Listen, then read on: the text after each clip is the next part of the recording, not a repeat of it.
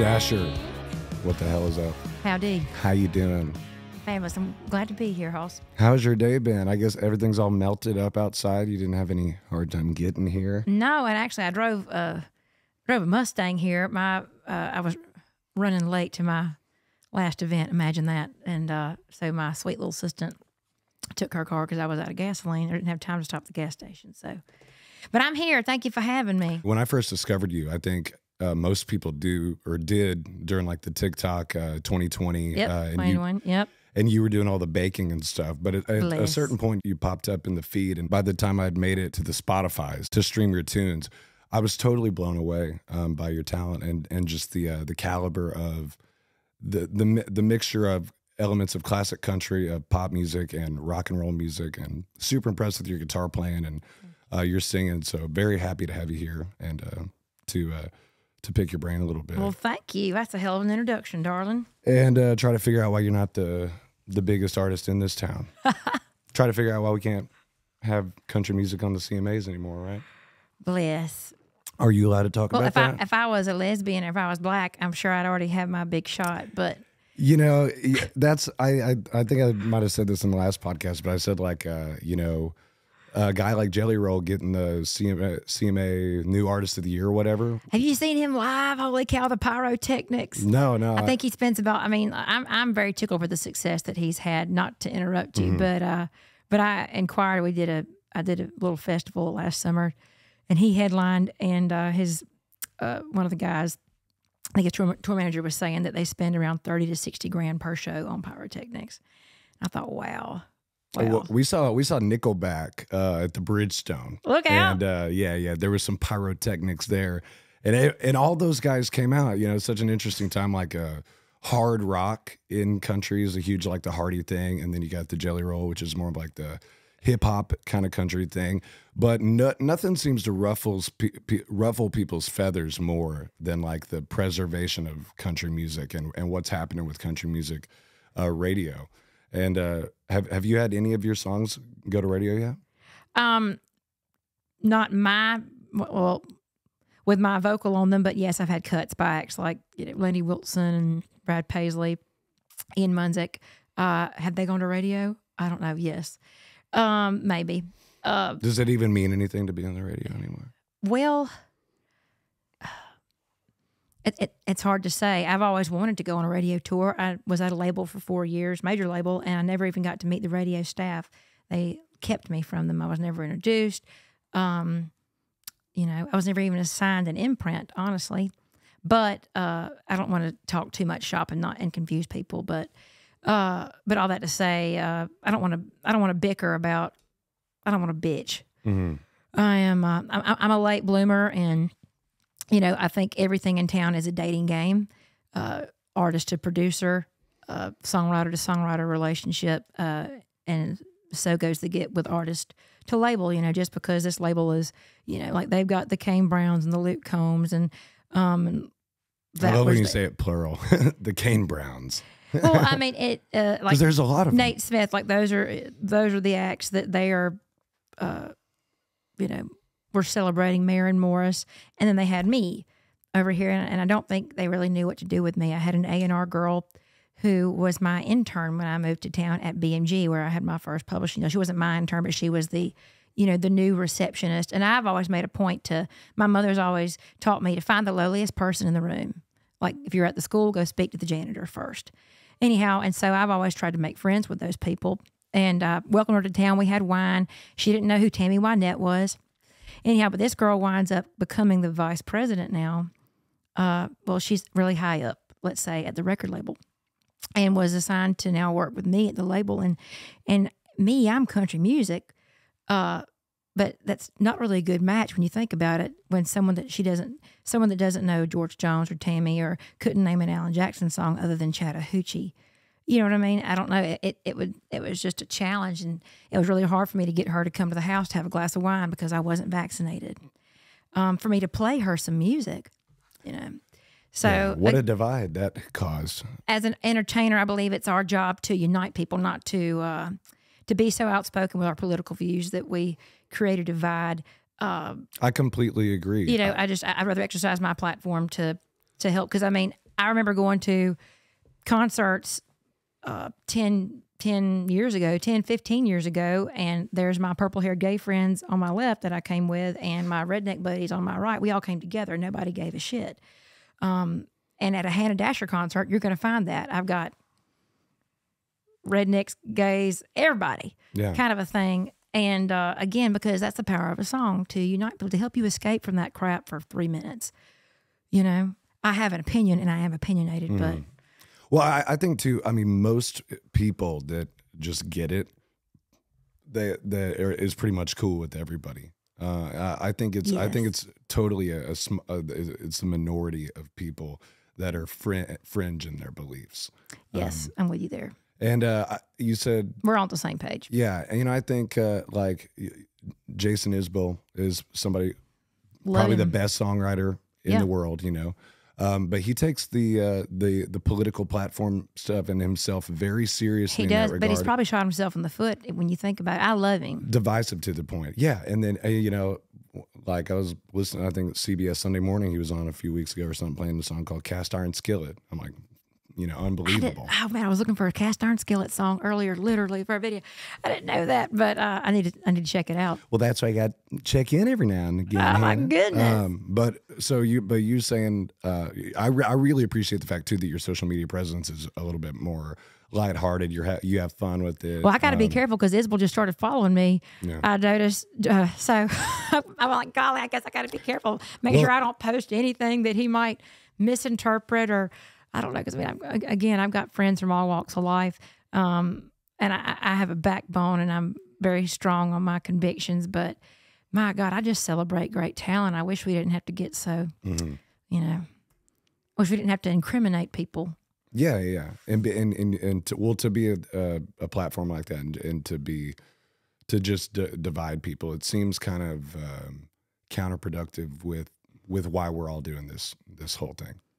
Absolutely. I'm still going to listen to Michael Jackson. Oh yeah, separate that art. Yeah, separate that art. I still throw on a little "I Believe I Can Fly" from time to time. Look out! Oh, bless it. So let's talk about some of your songs. Let's do it. Your most recent release is the other damn half. Well, and I put out a Christmas song to follow that. Bloody Merry Christmas. Look out! I'm trying to find a money tree. I did. I wrote that song 10 years ago, and. It finally seen the light of day. Right. Well, I finally had the means to do it. Honestly, it takes a lot of money to do this for a living, and I, for some reason, grew a bigger pair of brass balls last year and thought that I could just release a record on my own. By God, I didn't want to wait around for another label. I didn't love my first experience, and no one was really beating my doors down. Referring to it like there weren't any other labels really, beating my doors down, and so I just figured, I've got to stay relevant out here. I mean, I've got something to say. I want to hit the road, so I went on my first headlining tour. I took myself out on my own headlining tour, and did you have to eat it at any point? Somewhat, but no, I broke even. Where I lost was I sunk $60,000 into a publicist. That, because I worked with them when I was at the label, and I loved them to pieces, and they were great. But I think they busted their butt because they had the eyes of the label on them. And as an independent now, there wasn't really anyone to hold their thumb on them. So I felt like I was kind of pushed to the wayside, and it was a huge waste of money. People don't realize I'm sure you had some sleepless nights over $60K to the publicist. I mean, people don't realize how important that part is to you getting into the Rolling Stone or getting into magazines or any kind of promotion whatsoever. Well, getting on TV shows, getting on the red carpet, things like that, or even co-hosting, doing things. But again, I think a lot of that does fall to a manager. We talked about managers earlier, and a lot of people don't know that I am self-managed. For years at the label, I was told, when you have something to manage, we'll introduce you to a manager. My label head, I'll always love him, but he told me, he said, I'll introduce you to, I don't even want to mention anyway, but he's like, I'll introduce you to this big guy, the big guy. He said, build a platform. This is before TikTok happened. He said, build me a platform and bring me some songs, and then I'll introduce you. And so I did. I built up my TikTok. And anyway, it was the biggest on the label. Can I say that? It was biggest in Nashville at the time. Who knew? I didn't know. Anyway, but I did that. And then I brought them the half record, which had songs like Guys Buy the Drinks, Girls Call the Shots. Love it. Left, Right, You're Gonna Love Me, things like that. Again, was there like a smash on the record? I don't know. But when we put it out, I had around 500,000 listeners a month on Spotify, which I think is pretty good for a debut act. So that's about 50% of my TikTok audience was engaged, which I think is really good. But apparently it wasn't. They pulled the plug. So I got the phone call, which I thought was to be talking about management. I was so excited to have this phone call with him, and it was actually to drop me. He said, I think you're going to do fine on your own. So we got to make some cuts for COVID, da-da-da-da-da. I'm like, well. He's like, and honestly, you know, you just don't have a manager to help us carry the weight. And I was like, no shit. Help me. So why do you think that you keep getting the rug pulled out from under you? Like, do you have like a press statement that you say like on all the podcasts and stuff, and you're like, I think this is why I'm not one of the biggest names in show business? No, you're actually one of the first people behind a microphone to ask me that question. Fans ask me all the time in meet and greets after every show because they're frustrated. But it comes down to money. You know, it takes a lot of money to do this for a living. And I remember, I mean, I don't want to use that as an excuse, but I mean, I think, you know, God's in control at the end of the day, and he will keep you hidden until he's ready for you to be seen. And I had a lot of humbling that needed to occur. And so I've done a lot of soul searching and a lot of self-work over the last couple of years too, which has improved my relationships around me. And I feel like it's improved my songs in a way too. But it takes a lot of money to do this for a living. And, you know, I'll never forget, I'm leaving my co-writes with, at the time, my girlfriend, Lainey Wilson, both write for Sony. Still, we both write for Sony. But I mean, like, I would leave our rights, and she would run and go to band rehearsal in her brand new four-door cab that her dad bought her, like a dually with a nice covered trailer. And hell yeah, good for her, you know. Her mom and dad, they're good people. Anyway, but she would leave and go do that, and I would leave our rights, and I would go scrub toilets because I had a publishing deal, but I had a band to pay. I had to rent my vans. I'm not complaining about having to pay those dues, but you know, I needed to be going to rehearsal, to rehearse in a band, to to be tightening up my live show as well. And instead I had to do it out on the road. The hard way, which is fine. I don't complain about that, but or trying to make rent, you know, my friends like that, like her, like their parents bought them houses here. And that does a lot to help an act when you're not having to worry about, you know, making a house payment and things like that. But I don't fault them for that either. You know, I think that's great. If you're fortunate enough to have a family that's going to do that for you, great. But I mean, when I got laid off from Bass Pro Shops, I went to my dad for a little bit of help.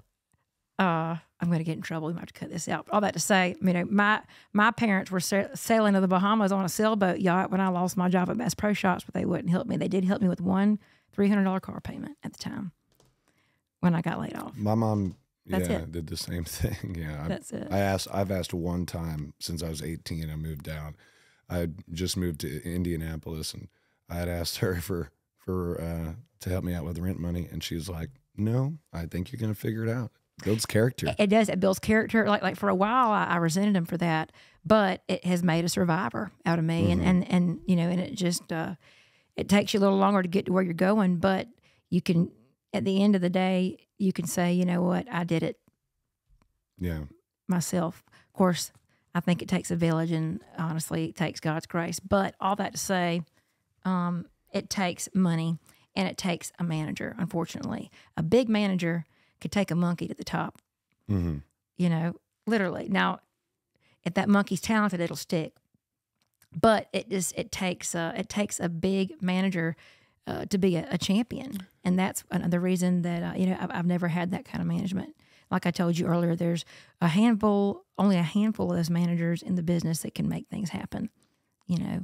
And have you been in Have you had conversations with them? Like what's keeping them from, like, I mean, granted, maybe I have a bias. I just think if I was in that position that I would be like, this chick's got it going on. Not only do you have a unique, you know, like, Thank you. you know, look and identity. Also, I think too, is completely unpredictable. If you were to listen to your music and then see you, you wouldn't think that those two things, and you have all the personality too. So I would think that it would be like you would be so easy to promote. You're like a promotional triple threat, you know. A So, brand. You're so kind to say yeah. that. Thank you for recognizing that. I was at a big booking agency for 4 years, and they didn't come to a live show. They came to like a whiskey jam, but they never came to an actual Hannah show. Never saw me do what I do. And my sweet, my girlfriend and my assistant, she just told me, she said, you know, like to see you live is to get you, is to be 100% on board. And so that's the opportunity that I really feel like I'm needing. You know, and Reba's team, when I opened for Reba, those handful of dates, that was so much fun. They jumped on me. Yeah, I would think they'd latch on to you, that she would. And I think they're absolutely awesome. But again, I just lost my record deal, and that booking agency had just let me go.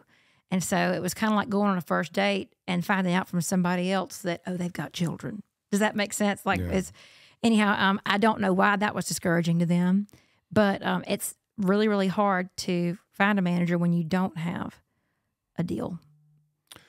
Do you what do you relationship do you think right now that physical appearance is still playing for a woman in the music industry? Oh, a lot, and I feel like that probably hurt me. Like, do you think if you For a looked while. like a, you know, a cliche blonde Dallas Cowboy cheerleader, you know, and you're Well, I think I've got sex appeal now. I haven't always, but you know, I thank God they introduced me to Jennifer Kemp, and they gave me a wardrobe budget at the label, and so you know, I was able to wear the clothes or buy the clothes I've always wanted, and hire a tailor and do things like that to accentuate my body. But and now I'm working out with a celebrity trainer, Wilson and Mebanier, and so I've got the body that I've always wanted, give or take 10 to 15 pounds. But for years I've always been heavy and overweight, and I couldn't afford to buy the, you know, the extra hair and accessories and, you know, boobs that I've been able to buy since. And I feel God like, bless you, Dr. well, Harris. thank you. But pretty people get invited to the parties. Pretty girls get asked to go on the boat with everybody, kind of a thing. And so I know that my weight held me back for years. I was never told that, but you know, I just embraced it. My initials are HD. You know, when Chevy came out with a heavy duty Duramax diesel, you know, hell, I mean, it was my first song I ever wrote with Jaron Johnson was heavy. But again, I don't think the world is as shallow when it comes to that. I think the industry is shallow when it comes to hype. I think deep down, the decision makers are really insecure. They don't know what's great. They're just following a trend. They're following numbers, which numbers, they say numbers don't lie, but a lot of times they do. A boiled egg went viral a couple of years ago. A fucking boiled egg went viral. You know, and I think if they were to hold Eric Church to that standard, John Party to that standard, the same one they're holding me to, those artists wouldn't break. You know, you have to, artists like that are broken out on the road. You know, I'm not a Priscilla Block. She went viral on TikTok. Good for her. But we're two different animals, totally. You know, like I'm going to be a representative of the genre. TV, I believe, is in my cards, things like that. So it's a different, you're dealing with a totally different animal. And so you can't shove every animal down the same hole because you're not going to break every act the same way. And I feel like that's kind of what they're doing. Yeah, I definitely didn't mean to say that that you didn't then or don't now have sex appeal. I wasn't offended in the least. Yeah, okay. I rambled on. I didn't answer your question. So what was the question again?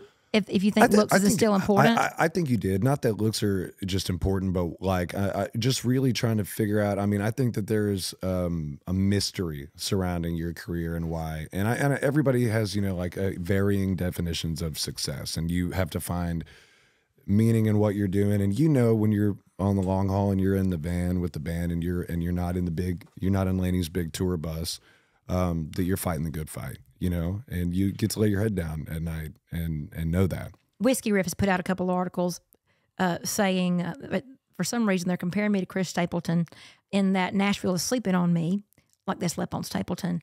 And it's super competitive. He's very talented. He's very unique. And again, a good manager is going to try, I don't play dirty, but some do, but a good manager is going to try to suppress that and keep that person out of the light so that their act can succeed. So it took an outside champion, meaning someone from outside of town, to shed light on Chris Stapleton, and that was Justin Timberlake. Mm-hmm. And that's what I'm needing, like a Brandy Carlisle or a Jack White or a Sturgill Simpson or a Tyler Childers. Right. If I had the championship of someone like that outside of town, they would pay attention. Mm-hmm. And then, so I'm so grateful that Justin Timberlake did that for Stapleton, because the bite matched the bark. Is there any guy in the world that can sing like Stapleton, that has the vocal control and the raspy range that he has? Jay Buchanan. He's the lead singer of a rock and roll band called Rival Sons. Yeah, that sounds familiar. And I'm a huge fan, but Jay has the most unique, incredible voice. Yes, Stapleton stops you in your tracks. Randy Houser stops you in your tracks. Very talented. Jay Buchanan live. I literally put him up there with Aretha Franklin, and I whipped 60% of her concert. I mean, I love Aretha. I go to a black church because I'm into that. I like. Do you really? Music. Yes. I've always wanted to, but I thought you had to have thought you had to date. No, I thought you had to date one. Everybody's welcome at Mount Zion. I'm sure there's rumors flying, but to answer your question, to go with the why haven't you made it yet? I didn't finish saying, but streaming numbers are very important, and I haven't had a streaming strategy because I haven't had management to say, hey, you need to keep music coming out so that we can build upon those numbers. And so for years, I didn't put music out, and so that 500,000 listeners a month obviously dropped way, way, way, way down. And so I'm having to come back and rebuild it. Mm-hmm. And it takes a lot of money to do it, though. I don't think people realize, if you really want to put out a record, you need a good $250,000 to $300,000 to do it. Oh, yeah. And also, how to compete. It's only a very recent development, in the last 10 to 12 years, where you need to have a single every 8 weeks, and you need to have reels on TikTok and Instagram and everything. That's what you have to do to just stay on the radar and stuff. But then you've got the people at the top of the food chain making 45-song albums, and they have a Henry Ford assembly line team of people writing, producing these songs. It's so formula and statistical at this point. It's like, if it's like musical capitalism. It's just like, how can the little guy eat? How can the independent artist keep up releasing one song every 8 weeks and eating ramen noodles and traveling in a fucking van? I love it. Well, praise God, I got a bus this year. Thank you. But I'm with you there. You know what I mean? And again, I have a girlfriend who streams very well, but they pay for a lot of that. And again, I feel like a diamond or really like an old Cadillac hiding in the woods. Which I've written that song, Bryce Longest. Yeah. Anyway, but all that to say, you can be awesome, but if nobody knows you're there, those numbers aren't going to go up. So that's why playlists are so important on these streaming platforms. But it takes big management or a big old record label to say, hey, to call these curators who have 100, gatekeepers, but to say, hey, put Hannah on these playlists. Again, I've not been on these major playlists. I have been on New Boots once or twice when I was at the label. Mm-hmm. But again, it's just, I can pay somebody a few grand a month to shop me, but I'm still not guaranteed to get on those playlists. Yeah. And that's what gets you that exposure. So if you want to talk about it, are you, would you say that you're still in active pursuit of the large scale manager? I'm absolutely in pursuit. Yeah, I just mean the mainstream. What do we got to do to get you in the conversation with somebody who's actually going to take your art seriously? Not that I can help. I had the same conversation with Michael Ray today, he's a dear friend and a champion. What I do, and he's like, what? He asked me the same question. He's like, why? He's like, how can you not find a big manager? And that's so sweet. But again, I just think it's a matter of having those champions that aren't afraid to be vocal. When you lose a record deal, for some reason, it's like wearing a scarlet letter, and it's a humbling that needed to occur, and I needed to be at a different label. But for some reason, I mean, like I can name 100 artists that didn't see their success until their second record deals. But again, it's just, I've been in town. There you go. Yeah, or Trace Atkins or Jason Aldean or things like that. But I've been in town for 13 years, so I'm not a fresh face. And the industry just tends to jump towards, what's new, what's next. I'm a late bloomer. It's taken me a while, I feel like, to kind of come into my existence, if you will. I mean, I've always known who I was, but again, I haven't always had the means to make it all happen. So, but all that to say, quarantine presented a really great time for me to showcase my personality online and to try to build something there, and just to show the town that I'm more than just a country singer or songwriter.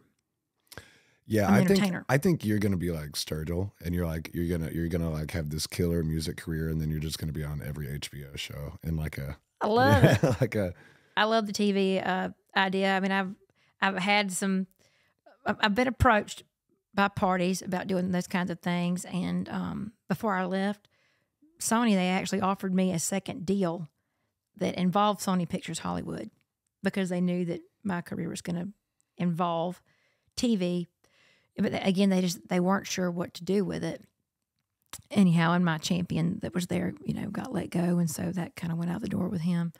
But all that to say, I think there's more than one way to skin a cat, and if I can't get into their ears on the radio, I can at least get into their faces on the TV. Yeah. So that's why I do things with like Cornbread Cowboy. He came to me at a show and asked me the same question. Hey, why aren't you any bigger than you are? Like, I'm such a fan. I love your music. What can I do to help? And I'm like, let's start a series on your platform. Yeah. Where did he come from? Where the hell did he came from? There. From? He was living in Tampa at the time.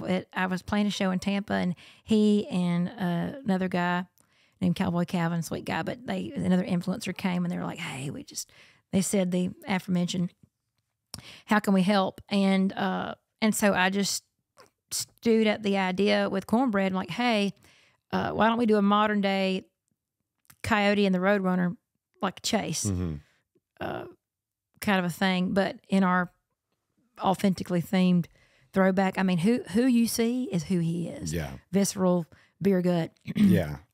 Captions drinks like a fish at the strip club on Monday nights. Yes. Yeah. He's that guy. Yeah. He is that guy.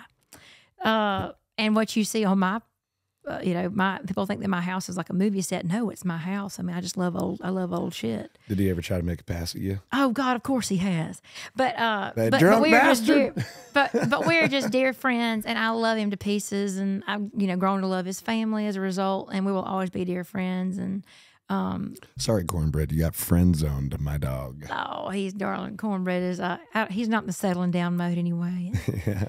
Anyway, but yeah, I love him to pieces. He's a mess, but the partying can create some challenges too. You said I could ask you the big questions. Yeah, ask me anything you want to know. You're saying you're a late bloomer, and it's taken you a while to get this train rolling, but now it's rolling pretty damn hard, and you've done it all yourself. Is that at the risk of forfeiting like a family life for you? It is hard to date in my shoes. I don't do the online thing because it creeps me out, and I guess I'm too vain. I think I'm too cool for that kind of crap. But like the last guy I dated seriously was jealous. He was jealous of Cornbread Cowboy, and this guy looks like a dang Wrangler model. I mean, he's the most beautiful man in the world, but looks only go so far. I like him tall, dark, and handsome. But he was super jealous of the attention that I received, and it's hard to do that. I want to date someone in the industry. I don't have anybody in mind particularly, but it's so hard to turn. You get it. It's hard to turn music off. Yeah. And so, as passionate as we are about this, it's always great to share that same passion with someone that can talk shop with you. I don't care if he's a booking agent or a guitar player, or which, my God, you can't trust the guitar players. But all that to say, I know what I want, and I would like to date someone that can talk shop with me. That you know, or a fellow creative. He could be an actor. Yeah. Scott Eastwood, where are you at? Oh man, Burt Reynolds on the back of that phone looking at you. Look at him. He's done. He's dead, and he could be my granddaddy. But I think he's well. You left that on, by the way. You got it unlocked there. Oh Lord, Big Brother's listening to us. Yeah, you're gonna have a bunch of new ads pop up with Justin Timberlake, Stapleton, and yeah. How do you juggle your relationship with like time management and the phone, being a social media kind of presence and influencer, and trying to, and you know what I mean? So how do you find the time for that? Is that what you're asking? Yeah. So what I'm asking you is, how do you manage that whilst also being creatively and musically productive? Does that make sense? Well, there is no way to do that. One's got to suffer, and unfortunately, thank God I still have a publishing deal at Sony, but I'm not turning in. I haven't met quota the whole 6 years that I've been there. They still keep me for some reason. But I'm weekly. I mean, every day I'm having to make some kind of content. I've kind of become a slave to it. But it's the only thing that I've got really working for me right now. That is my platform, my outlet. It is so I have to feed that beast in order to build my numbers, and I don't want to give anybody any reason to tell me no. So my next goal is to start working on my YouTube, because I have neglected that. But it is a full-time job, and music business never sleeps. So you just got to sacrifice, you know, again. But I think if you make time in the morning early for, you know, meditation, for me that's prayer and quiet time with God. But it tends to make more time in your day, and I try not to keep up with. I try to keep up with my friends, but again, I try not to get so caught up in the swiping game where I'm looking. And I mean, my friends send me funny memes, and we get into whole, you know, love that. But I have to put on some blinders so that I can focus on my content and what I'm doing, and not worry about anybody else, and you know, or if they're in my lane or vice versa. And that saves me time too, not worrying about other people's crap, because this is my career, not theirs. Yeah. So I just think if you're disciplined with that, you can find a way. You can find a way to kind of do both. Yeah, and your discipline has to line up with your goals. I think that, like, I always say, everybody can visualize on the couch, like, I want to be famous. I want to play the Ryman one day, and then only one out of 100 people, you know, pay the dues and walked the walk and lived the life that allowed for that to happen. Yeah. Well, you got to say no as well. I mean, I get invited to go to things, but I'm like, you know what? I've got a video that I need to post tomorrow, or I've got this and this, you know, I've got to stay in and make content. So I've had to say no a lot as well too, and kind of make that, I had to call that a sacrifice, but you know, because I love staying at the house. My house is fun. But I'm a socialite as well too, but you know, again, I think it's just a matter of what you're willing to. I'm willing to work harder than the next person. Yeah. Yeah. And I think that's part of it. With you. You's a fighter. But you are too. I sense that with you as well too. You got a good work ethic about you. Yeah. One thing I'm really proud about. So just, if you don't mind me talking about myself. Please, by all means, enough about me. Because we haven't really hung out before. But we're gonna get stoned later. I can tell. Yeah. We're gonna go back to the Stone Age. I need a blazing impression. What was I saying? You were saying about your work ethic. Oh yeah. So I released I spent like $8,000 on a 8-song album right when COVID kind of happened, was when it was coming out. By the time it came out, I had no money or energy left for marketing or publicity. Yep. I was completely exhausted, but I gave it my all. Like, I really thought, I was like, this is a testament to like who I am. This is unique, creative music. It does not sound like, and it was lyrically, you know, layered and thoughtful, I thought. not bragging, but I was just really fired up. I wanted to do it. And then I was so devastated by that. And I really, at that time, I was like, I don't want to have like a band artist moniker. I want to be a solo artist. I want my name to represent my sound. And that's when I figured it was time to move to Nashville. But really what I've done is just tried to cultivate a great band. And I know my band is absolutely killer. You know, we share a steel guitar player. Oh, Stove plays with you too. Hell yeah. Every Sunday night. Where? Layla's Honky Tonk. Oh my Lord, we need to come. I need to come support you. I went out to see Stove last night at Music City. Who was he with, Tom? I can't think of the guy's name, but skinny young guy at Music City. Yeah, probably Tom. The 5 to 9 probably shift. Tom Baker. Shout out Tom.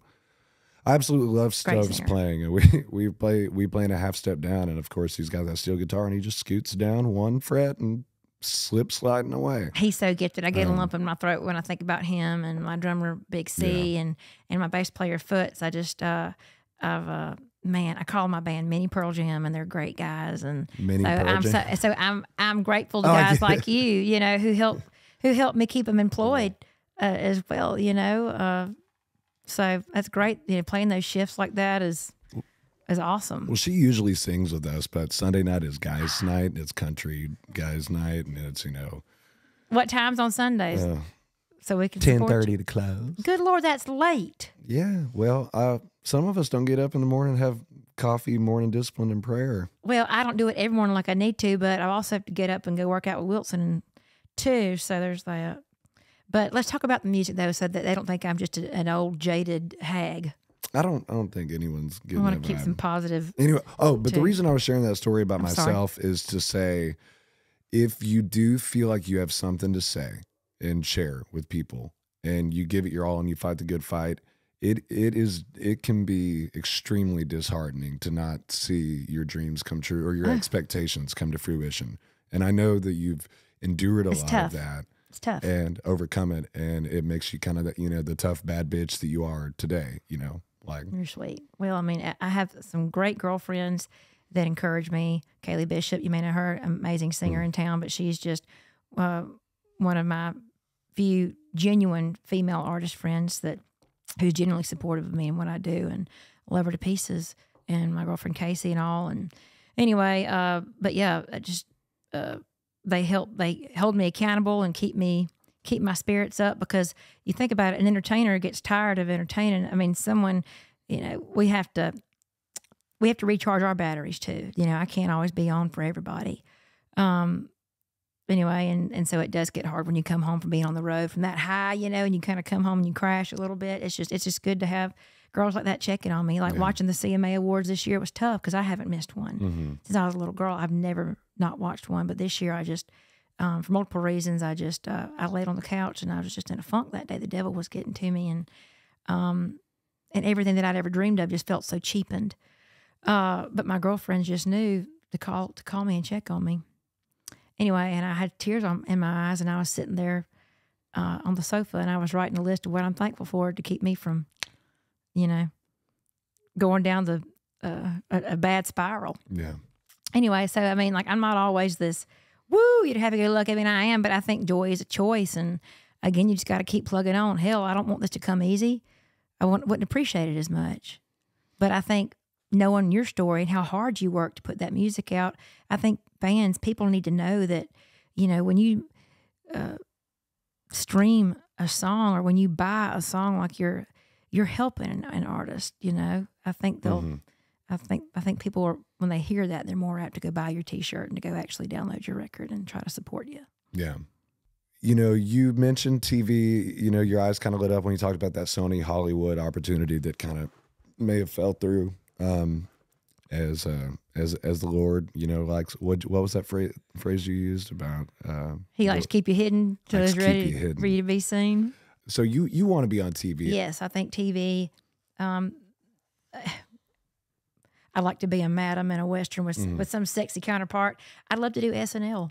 Yeah. I'd love to, you know, I like improv and things like that, but I would love to co-host SNL one day, you know, and do some skits. And again, Justin Timberlake, I hate to use him as a comparison, but he is a representative of his genre. He's not just a pop artist. He is, you know, he's the guy that does all the funny shit with Fallon. And he's an entertainer, and he's been in movies and things like that. As bad as you want to be on TV and you want to have these larger commercial opportunities, you're not willing to compromise the sincerity of your music to get there. And I think that's to be celebrated. I appreciate that very, very much. It's just, I know how much I appreciate country music and the Opry and the CMAs and things like that. And it's just really, really hard to, gosh, if one person has asked me about the Elle King Dolly show thing, 100,000 people have it. I don't have to, I'm not going to go into that. But it's just, it's really hard when you see people getting opportunities that you would kill for, that you are capable of doing and doing well, that don't appreciate it as much, or that haven't fought for it as much. But again, I can't get caught up in that train of thought because, like I say, God's not going to take my mail to somebody else's house. He knows where I live. Anyhow, so I just have to, my girlfriends remind me of that, and my black church reminds me about it too, honey. Did you just show up one day by yourself and you're like, let's party? Well, I have an eclectic group of friends, and my pharmacist. Did you say eclectic? I have an eclectic group of friends. My pharmacist, Miss Vicky Boo Watts. Shout out, Miss Vicky. Hey, Miss Vicky Hampton, Vicky Watts. She's great, but she invited me. Been my pharmacy tech for 10 years. Anyhow, so she invited me, and my God, today the music's so good, and Bishop Walker is so talented, and he doesn't get political behind the pulpit, which I appreciate. But he's just great. It's just straightforward. The black folks just tend to really, like, they're not afraid to talk about weed or clubbing or premarital sex behind the pulpit, whereas the white church is going to sugarcoat things a little bit. And anyway, nothing against, I mean, I grew up in a white church, but all that to say, I just... What denomination? I'm a member of the United Methodist Church back home, but I was born and confirmed and christened in the Lutheran Church, which I'll always love that church. And I was saved in the Baptist Church. So I'm eclectic as well when it comes to that. I just love the Bible. Southern Baptist. There you go. Yeah, actually, I got my start in music because I wanted to be, or I started playing music to get chicks as a worship leader. I love it. Yeah, I'm like 14. I'm like, Lord. God of wonders beyond our galaxy. Look at you. I mean, I mean, you look kind of like a hot Jesus. I get it. Like you like one of the disciples with your long hair. I get it. I'm a fisher of men. I get it. Well, my Hank Jr. is a big, he's an icon, and when he's one of my heroes, but he prefers to have black drummers because there's something about that gospel training in the black gospel church. McCartney, Paul McCartney as well. Anyhow, and you go see us live. I've got a black rhythm section. Really? There is. My it's drummer not Keo, is it? I love Keo is sub for me, but my drummer is Big C, Carlton O'Neill. He doesn't know how good he is, and I'm afraid to even talk about him on this podcast because he's gonna get snatched right up. But he is, oh my God.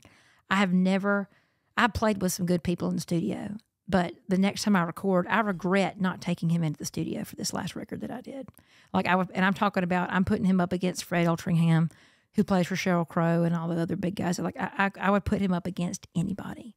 But there's just something to be said about that style, that training, that in the black gospel in the church, there's a whole soul, I don't know. I mean, it made Aretha sound. They were white guys, but they had that grease. Yeah. Anyway, and that's just something that I've always connected with. I like that greasy head Bobby stuff. That's why I love Eric Church and Jay Joyce's production a lot too.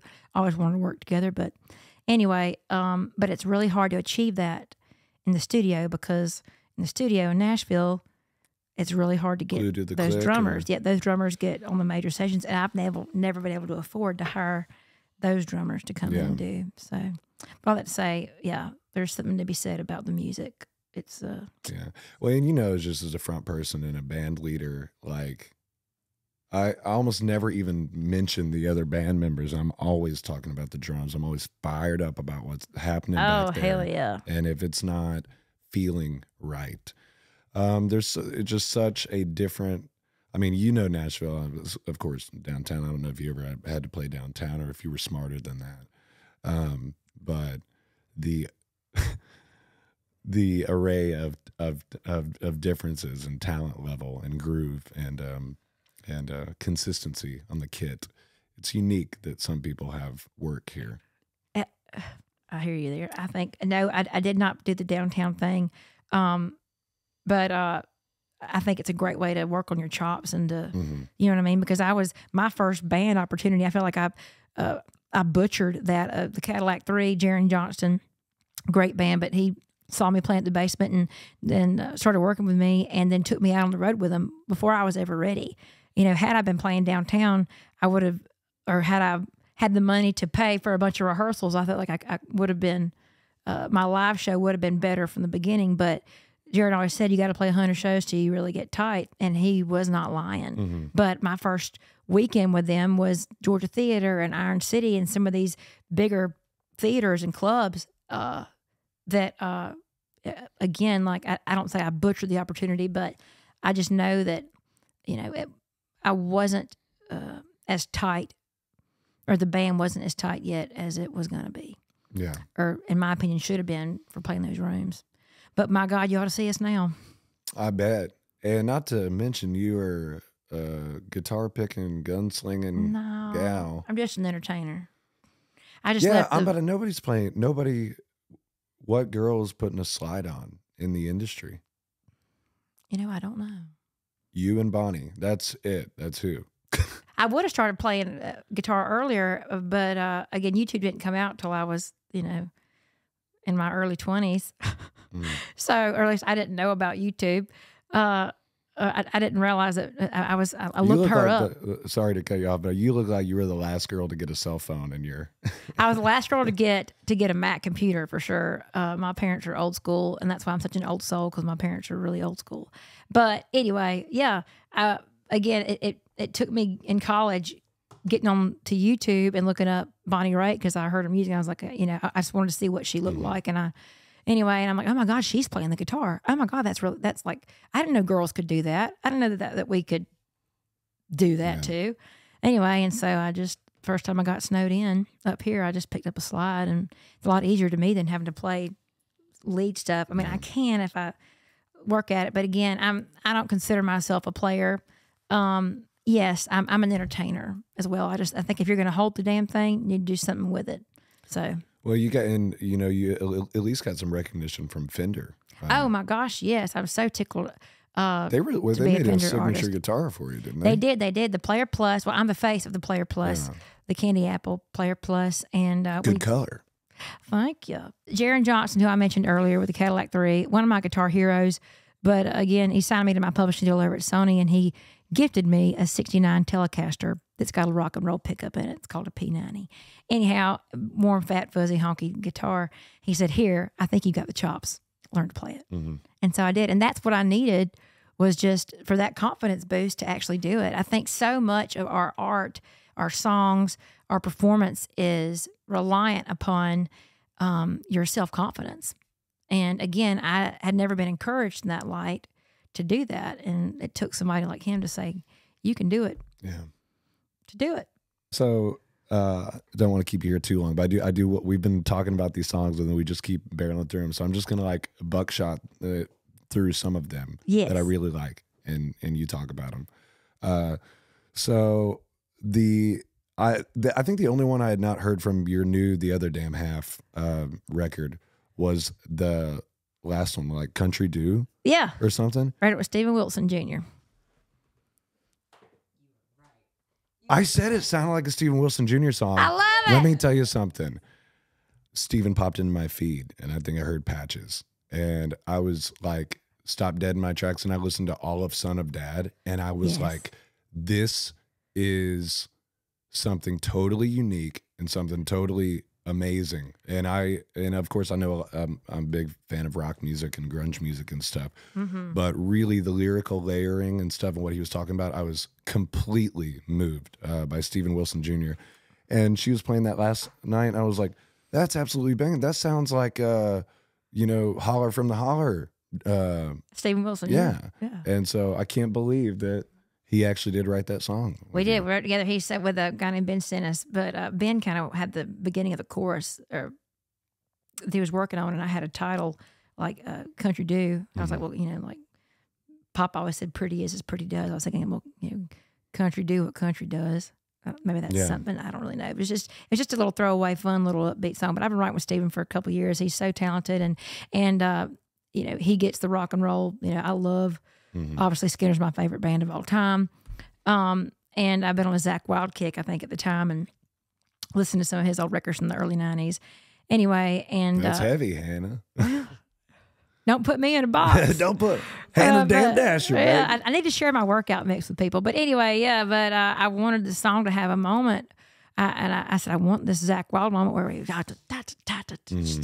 kind of slow down to halftime. And anyway, and he's like, oh, yeah, but he had this badass riff, that's Stephen. Yeah. Anyhow, so, but yeah, he's so gifted. When I heard his album, he had 14,000 followers on Insta, and I think now he's at 170. But he's got that big label management pushing him. He's with Big Loud. Yep, he's got a big team behind him. And a lot of folks don't know he is married to Lee Bird Nash, who is the lead singer of Sixpence None the Richer. Kiss me. Yeah. Out in the moonlit parley, lightly, whatever. The green, green grass. What's that song? Yeah. Wait, the 90s singer? Yeah. That's who he was married to. They are a lovely couple. They're so sweet. Yeah. He's actually a cousin of John Cougar Mellencamp. Yeah, well, he's from Seymour. Indiana. Yeah. Yeah. I lived in Indy for 5 years and did you? Played. Yeah. Well, I worked at a piano bar in Little Rock, and then I got fired. Because I was like, well, I've been fired a lot in my life for not really following the rule book. Why'd you get fired from Bass Pro Shops? For writing songs on the job. I was standing at the computer, I guess, when I should have been pacing the floor, but I had this song idea. I was like, go to bed early, stay up all night. I wonder if that's been written yet, so I was Googling it anyhow. And I hate doing that. But that song's actually on this record. Yeah. It's the first cut. Okay. I'm going to whoop your redneck ass. Bless it. Tell me about that. I wrote that one with a guy named Joel Schumacher about 10 years ago. Joel Schumacher, the director of Batman and Robin. Oh, no. Joel Schumacher, who does the best John Anderson impersonation you've ever seen. But really good guy from Tennessee, songwriter. We wrote that when I was at BMG. And he came in one day. He's like, I got this Loretta Lynn kind of a vibe. He's like, you can totally pull it off. And he added with the title, and I was like, hell yes. Anyhow, and it's a song that I wanted to put out for years, but the label was like, no, we don't want you to release that. Radio won't play it, and it's just not very becoming. And I'm like, well, I mean, it's a hell of a song to do live. Everybody loves it. And so the labels just don't like smart music. Well, I mean, my comeback to them was like, if you're going to put out Bitches by Mitchell Tenpenny, please put your energy behind Redneck Ass. I said, I'm telling you, they're singing every word back to me, and the song's never been released. That's got to be so frustrating. Yeah. But all that to say, I don't want to keep complaining about that kind of stuff. But again, I'm grateful for that learning experience. And when I'm ready to shop for another one, I will.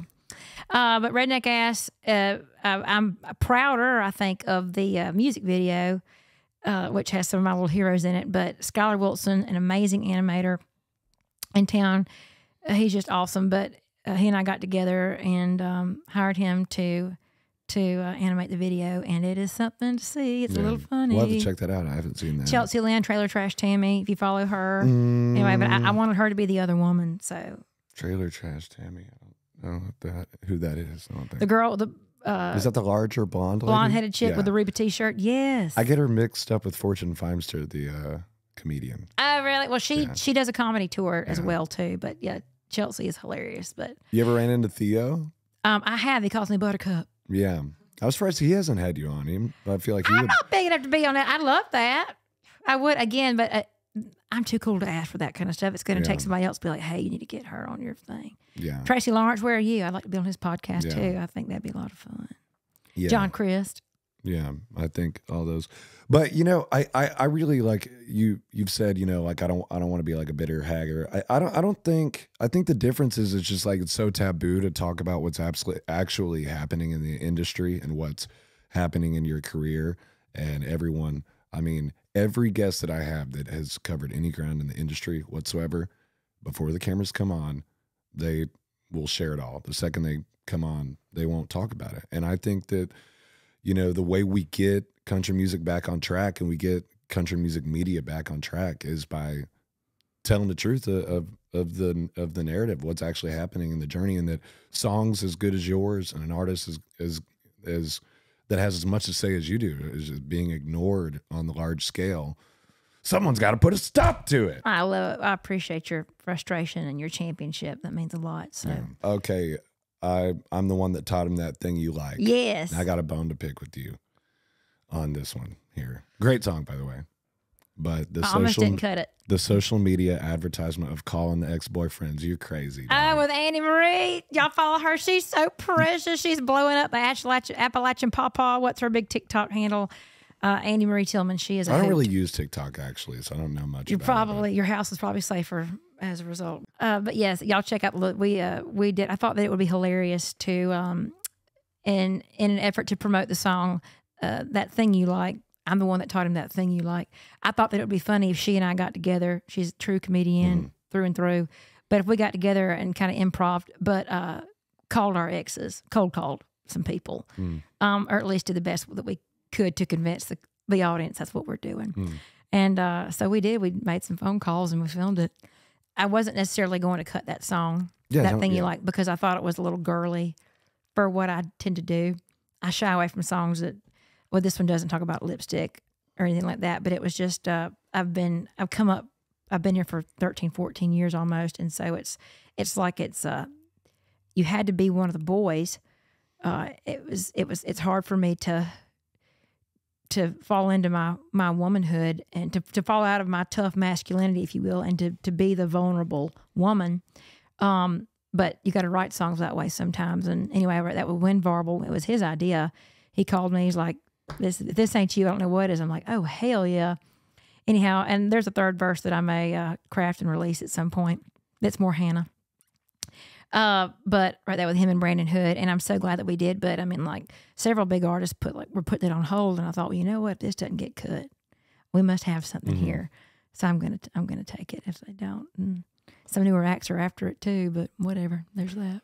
One of your, I think the tree is a pretty bold statement.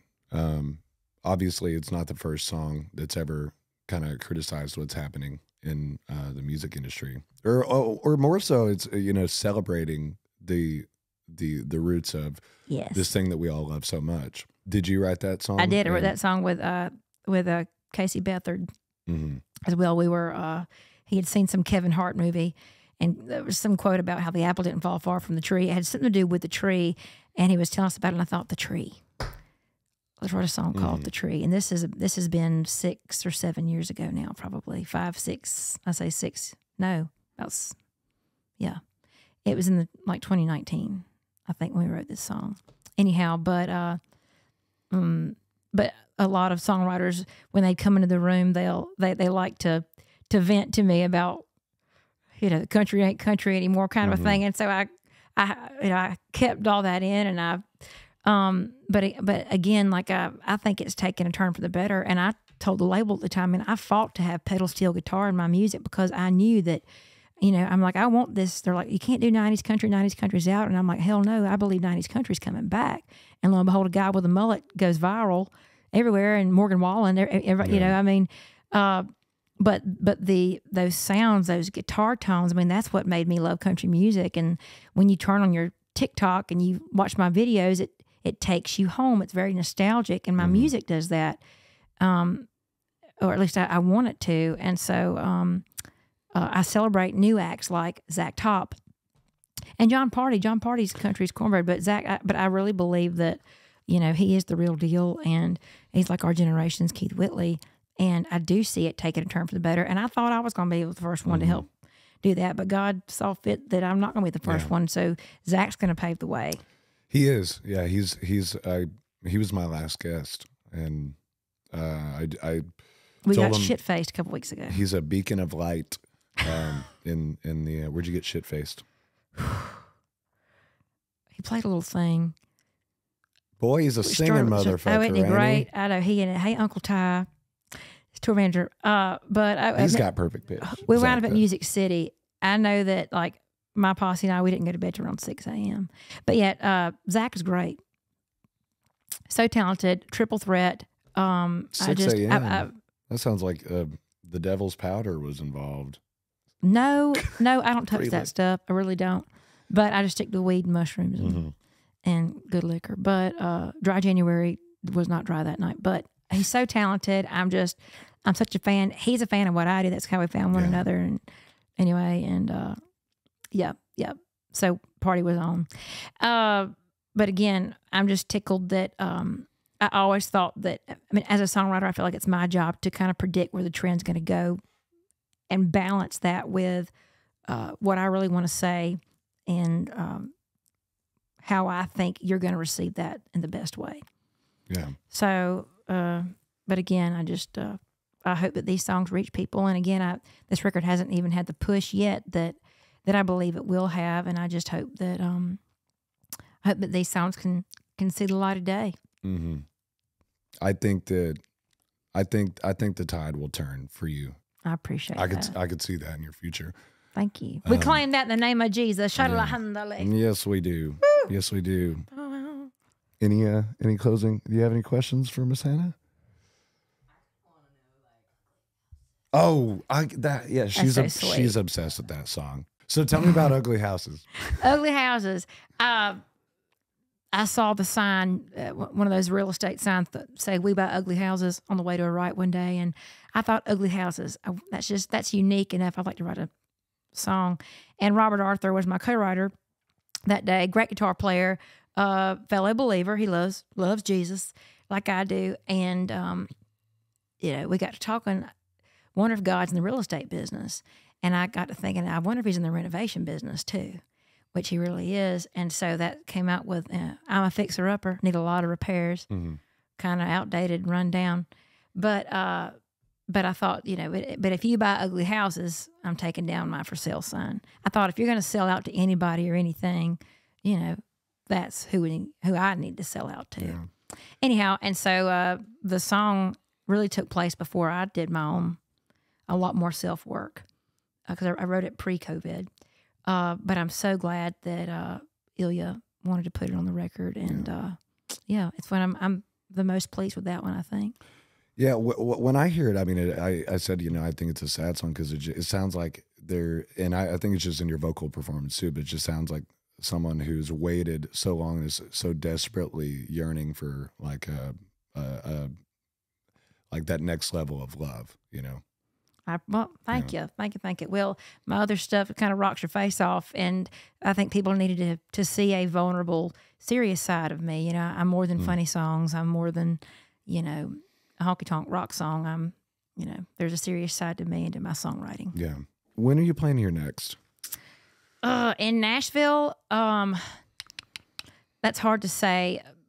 It'll be something on the Opry, but as far as having an actual show here, we may do one in the fall. But so, well, without the manager right now, like if you're booking summer tours, how are you doing that? Are you doing that? I have a booking agent. I have a couple actually that are on board, and one's at a small agency, one's at a bigger agency. And again, without a manager, it's really hard to get on some of these bigger festivals. But because of my social media following, some of these festivals are reaching out like C2C. I always wanted to play that one over in London. So I'm going to the UK.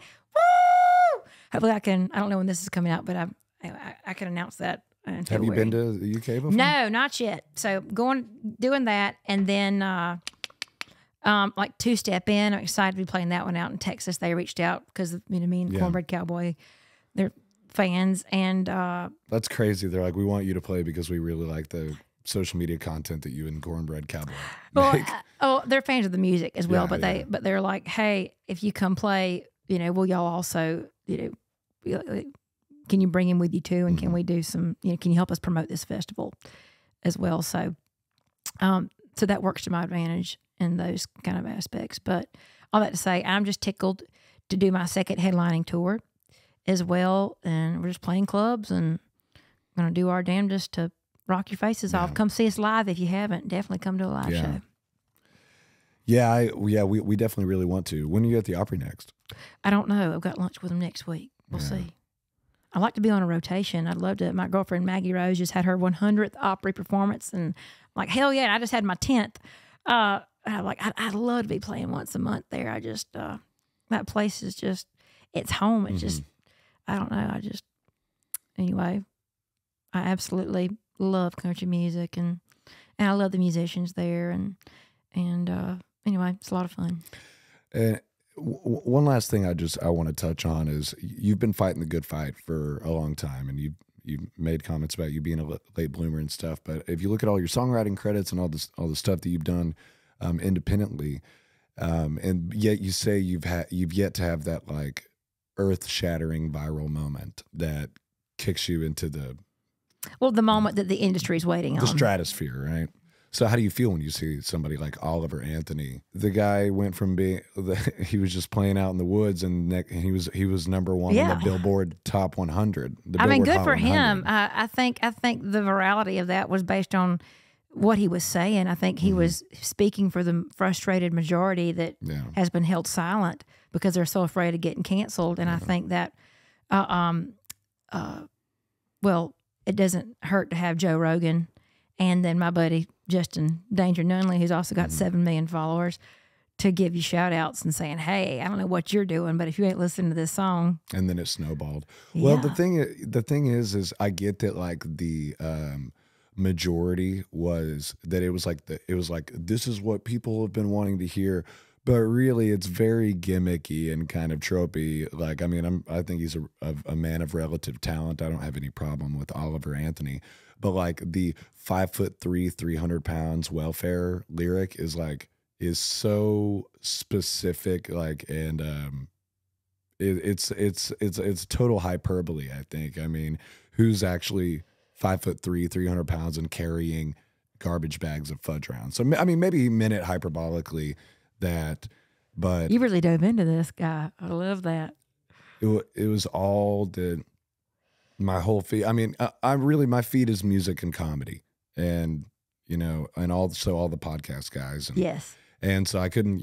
This guy was inescapable. I mean, he was on Jordan Peterson's podcast, and I just thought it was a unique thing. It kind of to me seemed like the whole world got duped by this kind of silly song. When I just believe in great music, and I don't think there's anything particularly exceptional about that, except the effect that it had on the whole planet. So I mean, it's unique. It was unique. I'm saying Tennessee Jet. Tennessee Jet's put out a song that you would probably like that might get me in trouble for talking about it, but that's also pretty bold in its statement. But I think it may have a little gasoline behind it. It might. I don't know that it will do the same, but I don't know what else to say about Oliver Anthony. I'm tickled for him. For the success that he's seen, and I like to see that he is sharing the Bible.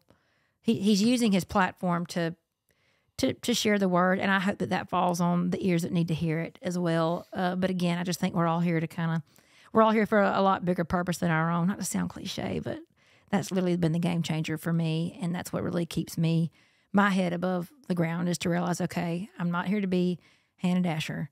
I'm literally just a tool in this toolbox that God is using to leave people in a better place than I found them. Whether that's with a 60-second cooking video or a 3-minute song, or an hour-long rock and roll show. Yeah.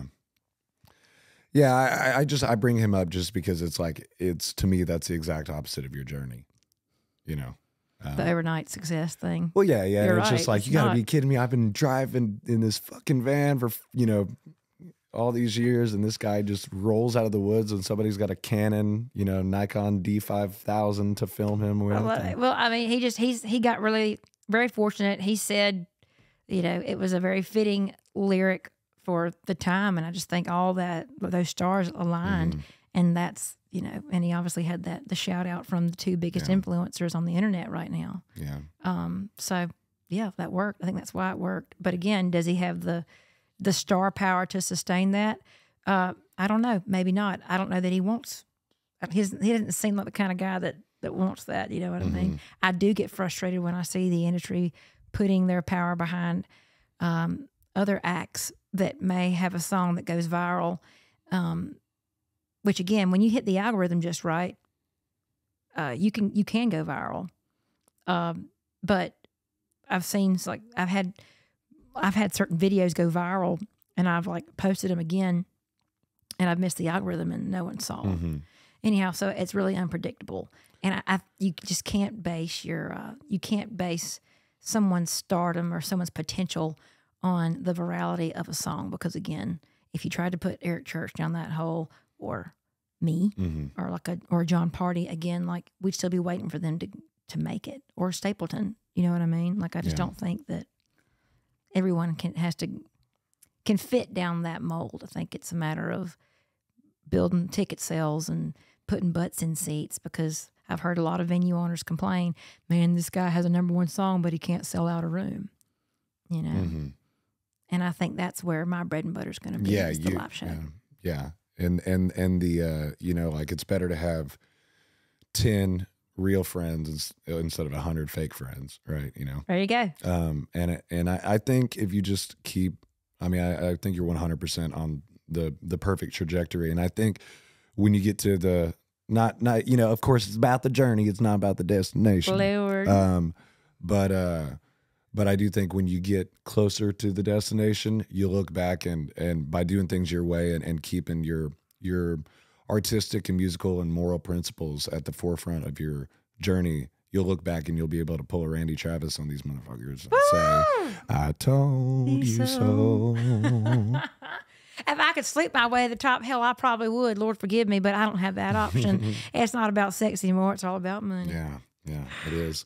Hannah Dasher, I so thank you for having your time. me. It's been a real good time, and thank you so much for coming out here today, and excited to see what's in store for you and all that's ahead. Hannah Dasher, everybody. We'll see you next time. Yeah, with some guy bearing work, food and bush, lighting bull, shooting trot, line and John Colton, driven down the river, floating